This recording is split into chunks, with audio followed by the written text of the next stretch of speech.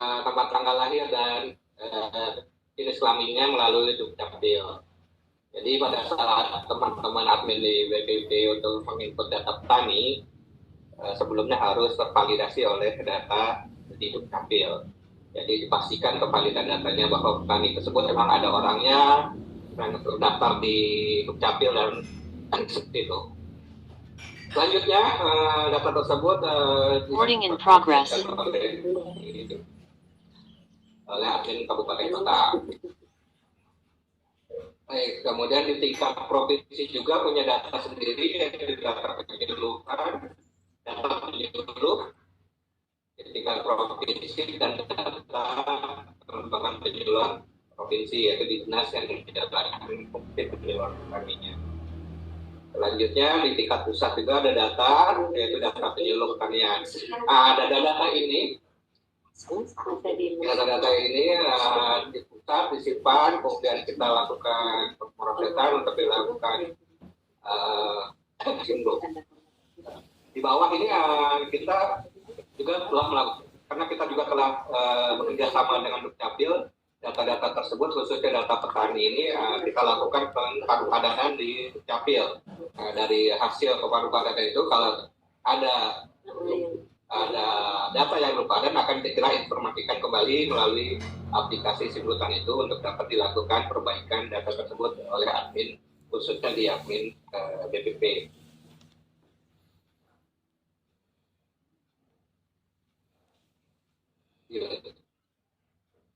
Baik, untuk ini saya kenapa tadi kita highlight mengenai data penyuluhan. Di sini kita harapkan data penyuluh yang masuk ke dalam Simluk sudah benar-benar sesuai data yang ada di lapangan, di kondisi di tempat Bapak dan Ibu masing-masing, baik di provinsi maupun di kabupaten.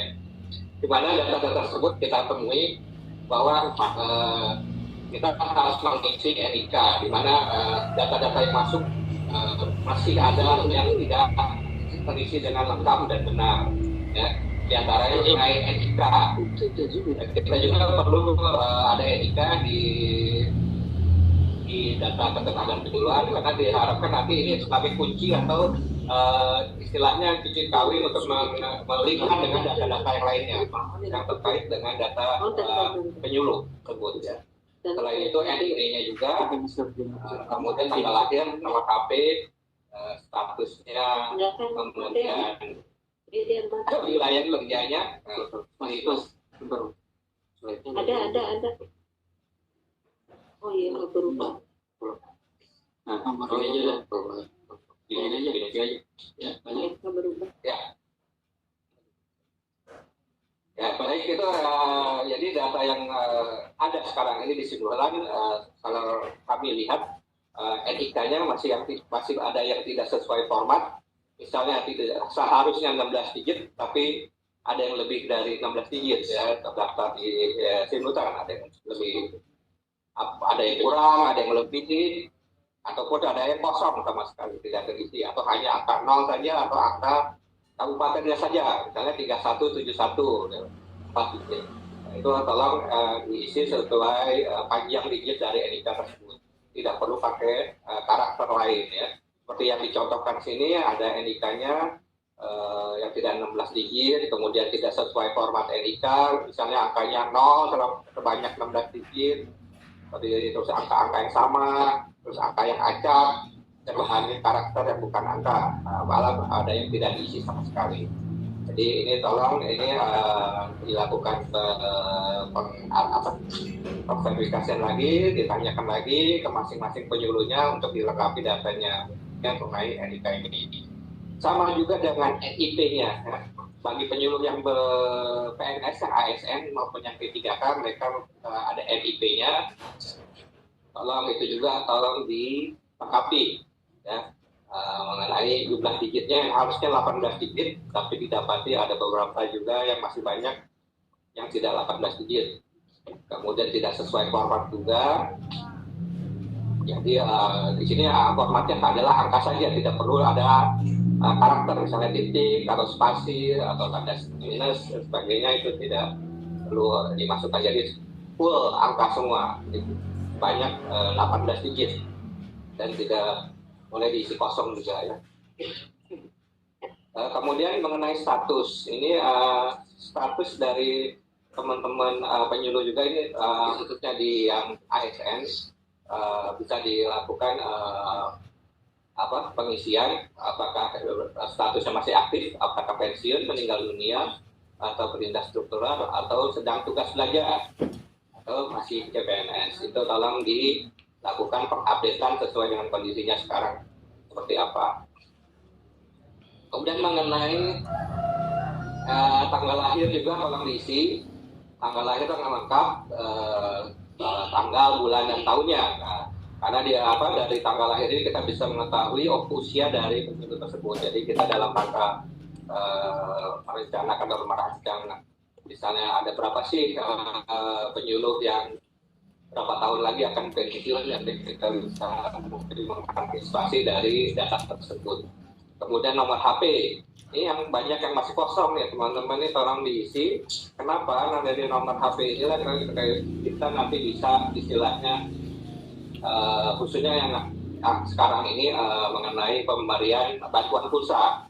Jadi pemberian bantuan pulsa itu akan dipakai adalah nomor yang terdaftar di SIMLU ini. Makanya teman-teman harus segera mengisinya dengan benar ya. Yang sedang aktif, nomor HP-nya yang aktif, yang bisa diisi. Karena untuk pengisian pulsa ini ke depan nanti akan langsung bekerja sama, kami akan bekerjasama dengan provider, dengan Telkomsel atau dengan Indosat. Jadi langsung mereka yang menciptakan seperti itu ya. Kemudian mengenai lokasi kerja, di lokasi atau dari kecamatan tolong diupdate lagi. Jangan misalnya penyuluh yang masih sudah mutasi, sudah berbeda, masih terdaftar di wilayah Bapak, gitu, wilayah kecamatan tersebut sudah tidak terdaftar, nanti jumlahnya tidak sesuai dengan kondisi atau di lapangan. Ini juga dengan wilayah kerjanya, wilayah binaannya ya, mengenai misalnya yang penyuluh yang berada di kecamatan, desanya, wilayahnya desa mana saja, itu apakah kami lihat masih banyak yang kosong di situ. Tidak, apakah mereka memang tidak punya wilayah kerja? Seperti itu, kalau memang tidak punya wilayah kerja, masa sih penyuluh tidak ada gitu. Makanya dengan diisi bahwa kita yakin bahwa penyuluh tersebut mempunyai wilayah kerja. Next. Baik, selanjutnya itu tadi mengenai penting bagi penyuluh ya, yang harus dilakukan verifikasi lagi dan pengikutan atau pengupdatean ya. Ini data terkini.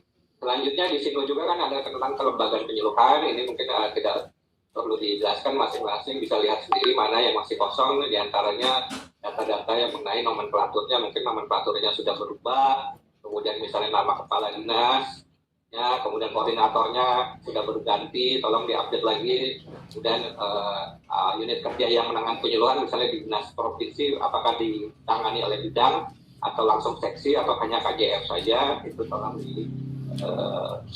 diisi.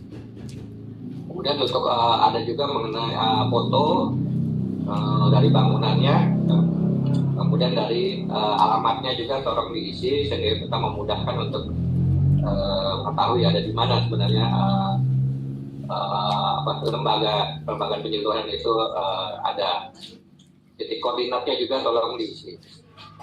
Sama juga dengan di BPP, terus Planetary Cost, silakan dilihat lagi di dalamnya apa-apa saja yang masih belum terisi dengan lengkap dan benar.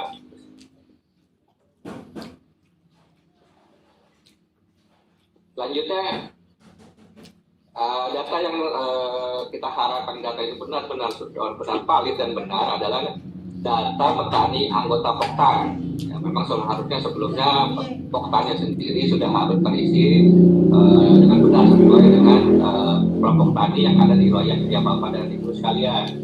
Ya, ada penyuluh-penyuluh binaannya, karena namanya kelompok tani pasti kan kelompok itu bulan dari petani. Jadi kalau ada kelompok yang masih kosong itu, apakah itu bisa disebut kelompok gitu, makanya harus ada nama-nama anggotanya di dalamnya. tolong dilihat lagi data-data mana saja di tempat Bapak dan Ibu yang masih belum terisi nama-nama anggotanya. Nah, untuk data petani anggota Poktan ini terdiri dari banyak komponen data ya. Di antaranya ada 5 komponen penting yang harus terisi, yaitu data kependudukannya, yaitu namanya, kemudian NIK, tempat tanggal lahir, dan jenis kelaminnya. Itu yang akan nanti sebelum di-input akan diverifikasi langsung melalui Dukcapil ya. Jadi pada saat teman-teman admin menginput 5 komponen data ini dipastikan harus sudah 100% sesuai datanya dengan data Dukcapil ya. Karena dengan itu kita dapat mendapatkan data yang valid. Nah, petani itu benar-benar ada dan terdaftar di Dukcapil. Kemudian tolong diisi juga itu banyak juga komoditas utama yang diusahakan beserta volumenya. Jadi di situ diberi tiga komoditas utama yang bisa diisi untuk menurut ini komoditas oleh petani tersebut yang diusahakan selama setahunnya, gitu ya. Monggo diisi. Di situ tolong diisinya per komoditas dibedakan, jangan dibikin seperti musim tanam, ya. Bukan misalnya dia padi, diisinya tiga-tiganya padi semua, tidak. Kalau memang dia hanya untuk usaha padi, cukup satu saja di komoditas pertama padi, yang lainnya dikosongkan.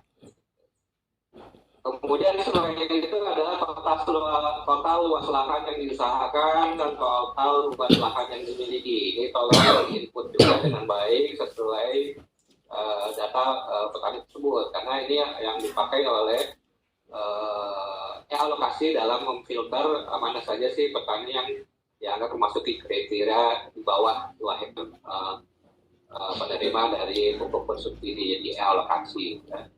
Kemudian kategori petaninya juga alat diisi, apakah dia sebagai pemilik lahan atau penggarap lahan, atau pemilik dan penggarap, atau buruh. Ya. Pilih salah satu. Nah, untuk NIK sama seperti tadi, banyak sekali yang kita temui, masih banyak yang belum sesuai yang seharusnya diisi, yaitu mengenai panjang digitnya yang seharusnya 16 digit, tapi banyak juga yang kami lihat masih lebih dari 16 digit maupun kurang dari 15 digit, seperti itu. Atau mungkin di belakangnya sudah 16 digit, tapi di belakangnya itu 000, harusnya tidak boleh ada angka 0 di belakang itu. Selanjutnya formatnya juga banyak juga yang terisi walaupun 16 digit tapi isinya hanya angka-angka yang tidak beraturan atau angka acak maupun angka yang sama, misalnya 000 semua atau 111 atau 1234566, pokoknya 16 digit itu. Tolong dicek lagi mengenai nicknya tersebut, ataupun mengandung karakter juga tidak boleh, misalnya angka, titik, atau tanda kutip, atau tanda minus dan sebagainya tidak boleh. Gitu. Ada juga yang masih diisinya angka 0 saja atau kosong sama sekali. Itu tolong update lagi, diverifikasi ke lapangan lagi, dicari datanya untuk dilakukan pengupdatean di Simlu ya. Karena dengan nick inilah kita bisa memastikan bahwa petani tersebut memang ada di sana, dan dengan nick ini pula nanti ada misalnya keterkaitannya dengan program-program lain. Nah, biasanya mereka membutuhkan NIK ini untuk sebagai cantelan atau terkait bahwa inilah yang memang sebagai salah satu sasaran petani, sasaran bagi kegiatan atau program mereka, seperti itu.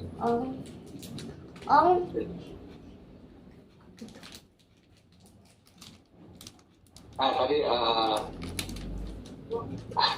setelah tadi kan sudah sebutkan tadi mengenai petani, ini kelembagaan petaninya ya, yaitu kelompok taninya, dokumen kelompok taninya, kemudian KEP ya. Jadi di Simlutan ada 3 kelembagaan petani ya. Tolong itu juga tolong diperhatikan teman-teman mengenai datanya, di situ harus lengkap dan benar ya. Nama poktannya, nama ketua poktannya, bukan poktan, itu tolong diperhatikan lagi, jangan sampai ada yang kosong-kosong, harus diisi. Kalau memang dia nol atau tidak ada, diisi nol. Misalnya luas lahannya nol, ya berarti nol, tidak punya lahan, jangan dikosongkan, karena kosong sama nol itu beda ya. Begitu. Baik, lanjut. Baik, ini pengumuman ya, seperti yang Bapak dan Ibu tahu, ketika saat kita membuka Simlu pasti akan muncul pengumuman seperti ini. Memang saat ini Simlutan sedang ada perbaikan dan pemeliharaan sistem yang diharapkan nantinya bisa lebih lancar lagi, lebih smooth lagi, lebih tidak berat lagi, dan tidak banyak error-errornya lagi. Tapi kita harapkan seperti itu, mudah-mudahan tidak ada lagi. Nah, ini seperti yang disebutkan di sini, perbaikan itu sampai tanggal 30 Oktober. Kita buka lagi tanggal 1 November.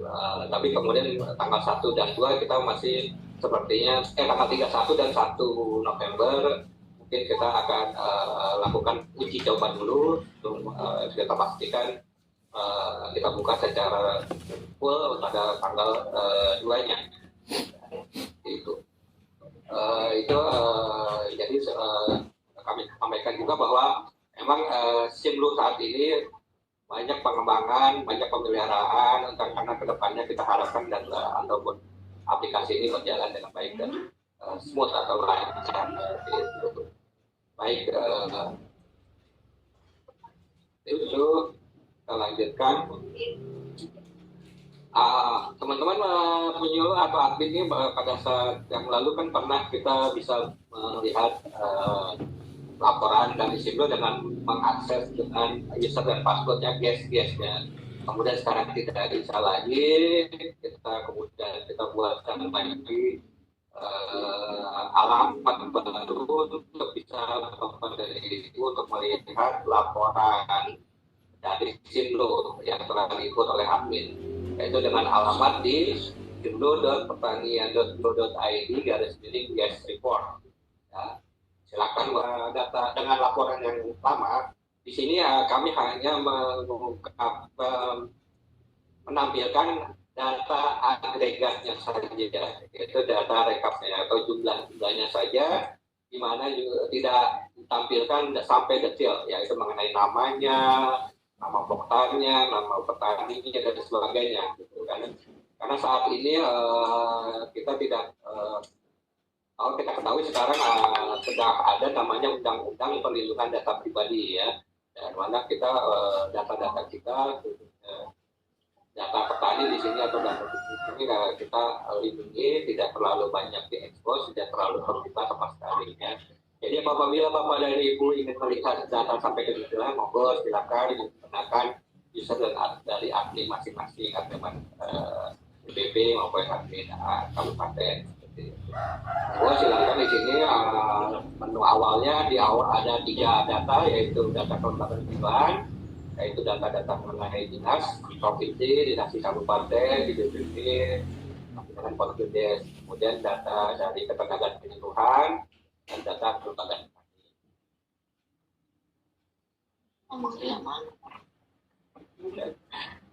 Nah ini kalau kelembagaan petani ini ada sub menunya lagi mengenai poktan, kemudian ini rekapnya, jumlahnya berdasarkan sektor, berdasarkan poktan, tahun pembentukan, dan jumlah anggota. Itu nanti silakan dibuka sendiri. Dan masing-masing tampilan ini bisa di-download Excel.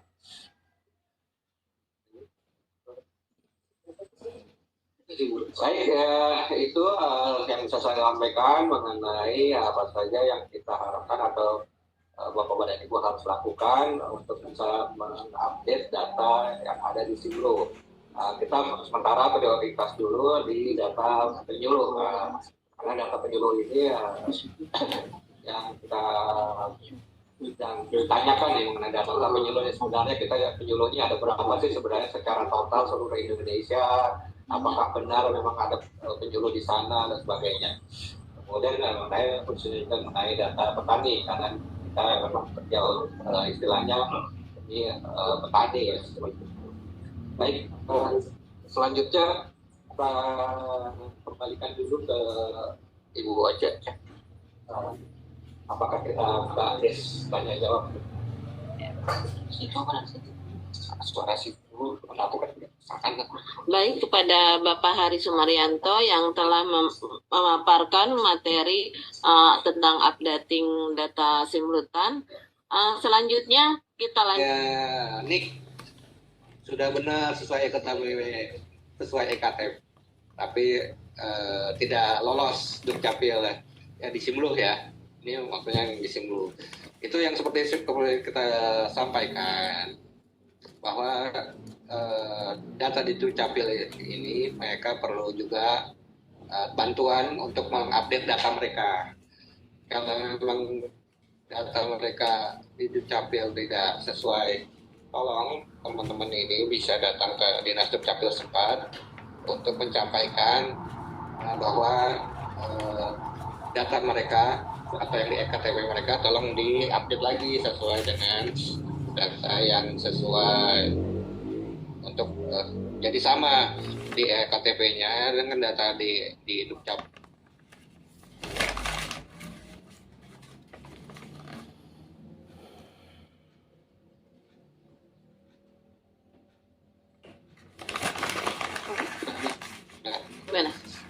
Ya, itu ya untuk terkait dengan yang NIK misalnya tidak cocok, itu di luar kendali kita. Maksudnya bukan tugas kita untuk melakukan perbaikan data, tapi di Dukcapil harus diupdate.